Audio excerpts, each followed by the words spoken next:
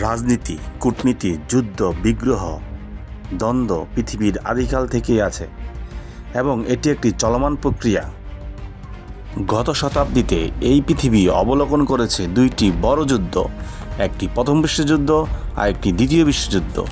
আর এই যুদ্ধের ফলেই উদ্ভব হয়েছে নতুন নতুন রাষ্ট্র এবং ভেঙে পড়েছিল বেশ কিছু সাম্রাজ্য। তাই আমরা বলতে পারি কোনো রাষ্ট্র বা তার সার্বভৌমত্ব চিরস্থায়ী নয়।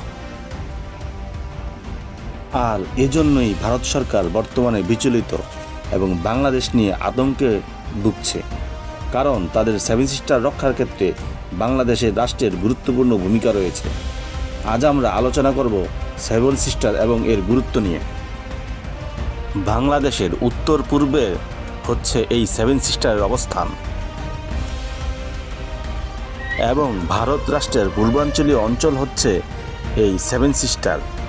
ভারতের মূল ভূখণ্ড থেকে এই পূর্বাঞ্চলের দূরত্ব অনেক বেশি এবং তাদের যোগাযোগ মাধ্যম হচ্ছে একমাত্র শিলিগুড়ি করিডোর, যার প্রস্থ মাত্র 22 কিলোমিটার এবং এই অঞ্চলটির খুব কাছেই হচ্ছে বাংলাদেশের অবস্থান এবং কৌশলগত কারণে যার গুরুত্ব অনেক বেশি। এই 7টি রাজ্যের মোট আয়তন হচ্ছে 1,01,230 বর্গ কিলোমিটার এবং জনসংখ্যা প্রায় 4,57,00,000। সবচেয়ে আশ্চর্যের বিষয় হচ্ছে 7টি রাজ্যের মধ্যে মাত্র একটি রাজ্যে হিন্দুরা সংখ্যাগুরু আর বাকি সবগুলোতেই হিন্দুরা সংখ্যালঘু এবং অধিবাসীদের মধ্যে ভাষা, সংস্কৃতি, ধর্ম বিভিন্ন বিষয়ে রয়েছে ব্যাপক অমিল। কিছুদিন পরপর আমরা দেখতে পাই বিভিন্ন রাজ্যের অধিবাসীরা স্বাধীনতার জন্য আন্দোলন করে। এই তো সম্প্রতি মণিপুরে আমরা ব্যাপক আন্দোলন দেখলাম।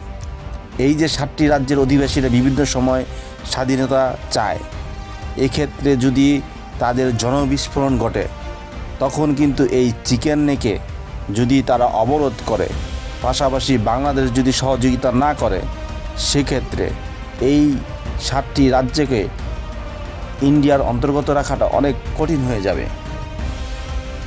এছাড়াও আমরা জানি ব্রিটিশ আমলে লালমনিরহাটে ছিল একটি দ্বিতীয় বৃহৎ বিমান ঘাঁটি, সামরিক বিমান ঘাঁটি। বর্তমান সরকার এই বিমান ঘাঁটিটি পুনরায় চালু করতে যাচ্ছে এবং ভারত এক্ষেত্রে নাখোশ।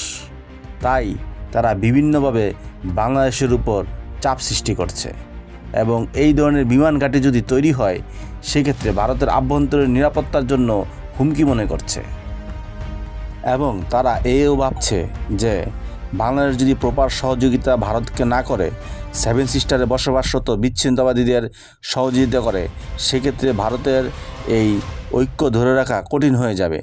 এজন্যই মূলত সেভেন সিস্টার নিয়ে ভারত খুব সচেতন। কিন্তু বাংলাদেশকে কেউ অস্থিতিশীল করে শান্তিতে থাকতে পারবে না। বাংলাদেশ কৌশলগতভাবে ভূ রাজনীতিতে এখন একটি অন্যতম গুরুত্বপূর্ণ দেশ। তাই ভারতকেও মনে রাখতে হবে বাংলাদেশের স্থিতিশীল মানে তার স্থিতিশীলতা।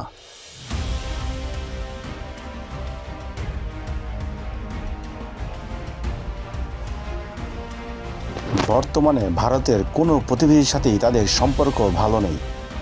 পাকিস্তান, চায়না, বাংলাদেশ, নেপাল, ভুটান কারোর সাথেই তার সেই সম্পর্ক নেই। তাই ভারতকেও সতর্ক হতে হবে। বাংলাদেশ যদি কারোর সাথে সামরিক জোটে যোগ দেয় সেক্ষেত্রে ভারতের দীর্ঘদিনের বন্ধুত্ব হারাতে চলছে।